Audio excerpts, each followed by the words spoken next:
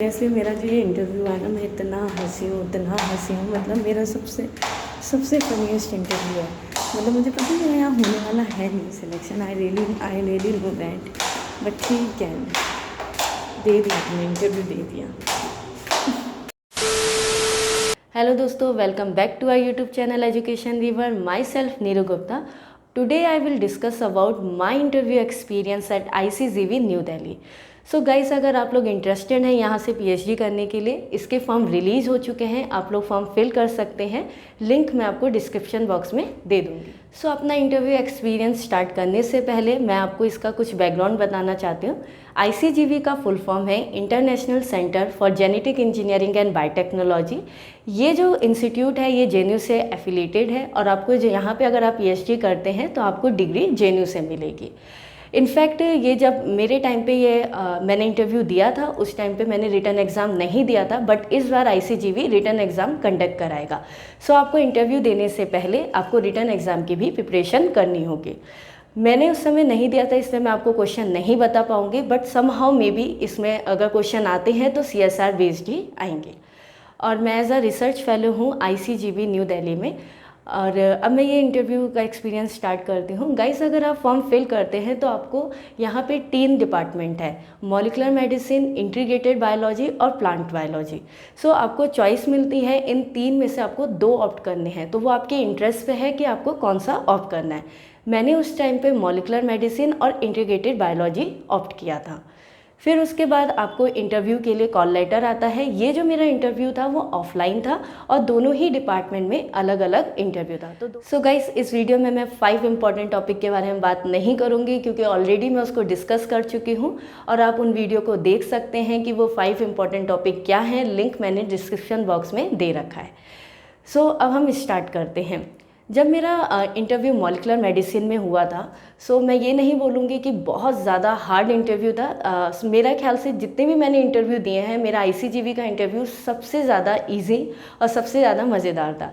आप ऑलरेडी वो वीडियो देख चुके हैं जो मैंने इसमें इंट्रो में रखी थी कि मेरा ये इंटरव्यू कैसा गया। मॉलिक्यूलर मेडिसिन में मेरा इंटरव्यू स्टार्ट हुआ था, तो मुझसे क्या क्या क्वेश्चन पूछे थे। यहाँ पे मुझसे इंट्रोडक्शन पूछा गया था।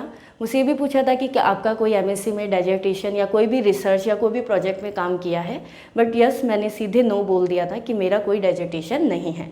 उसके बाद जहाँ भी आप इंटरव्यू देते हो, आपसे ये पूछा जाता है कि आपका इंटरेस्ट एरिया किस में है। तो जाहिर सी बात है, मॉलिक्यूलर मेडिसिन था तो मैंने इम्यूनोलॉजी और वायरोलॉजी ही रिलेट बोला था। सो इम्यूनोलॉजी से ही क्वेश्चन थे, जैसे कि MSc फर्स्ट और MSc सेकेंड क्लास मॉलिक्यूल से क्वेश्चन पूछे गए थे, प्रोट्यूसोमल डिग्रेडेशन से क्वेश्चंस पूछे गए थे, वायरस की एंट्री पे क्वेश्चंस पूछे गए थे, और कुछ एक्सपेरिमेंटल क्वेश्चंस भी थे। और इसमें शायद जब मैं आंसर दे रही थी तो मैं भी इतने सारे इंटरव्यू दे चुकी थी और समहाउ बहुत ज़्यादा ही लेट हो चुका था। सो मेरी जो नॉलेज थी वो थोड़ी कम थी, और मैं जितने भी आंसर दिए मैंने सिर्फ बाउंड्री में ही दिए थे, और exact to the point answer नहीं थे मेरे मॉलिक्यूलर मेडिसिन में।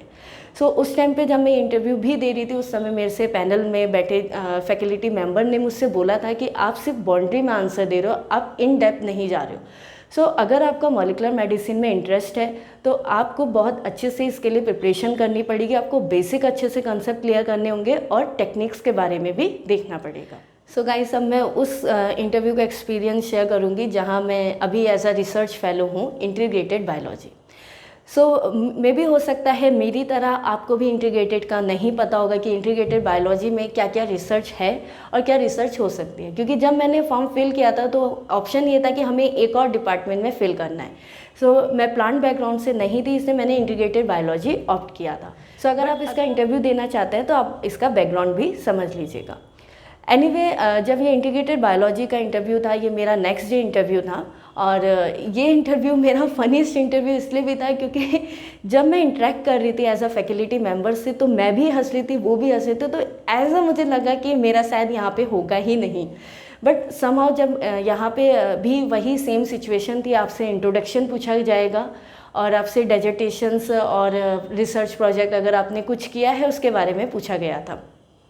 फिर उसके बाद जो यहाँ पे क्वेश्चंस पूछे गए थे, फिर मैंने वही कि आपका इंटरेस्ट एरिया किस में है, मैंने वही इम्यूनोलॉजी बोला था, बट यहाँ पे वायरस की एंट्री से रिलेटेड क्वेश्चंस थे।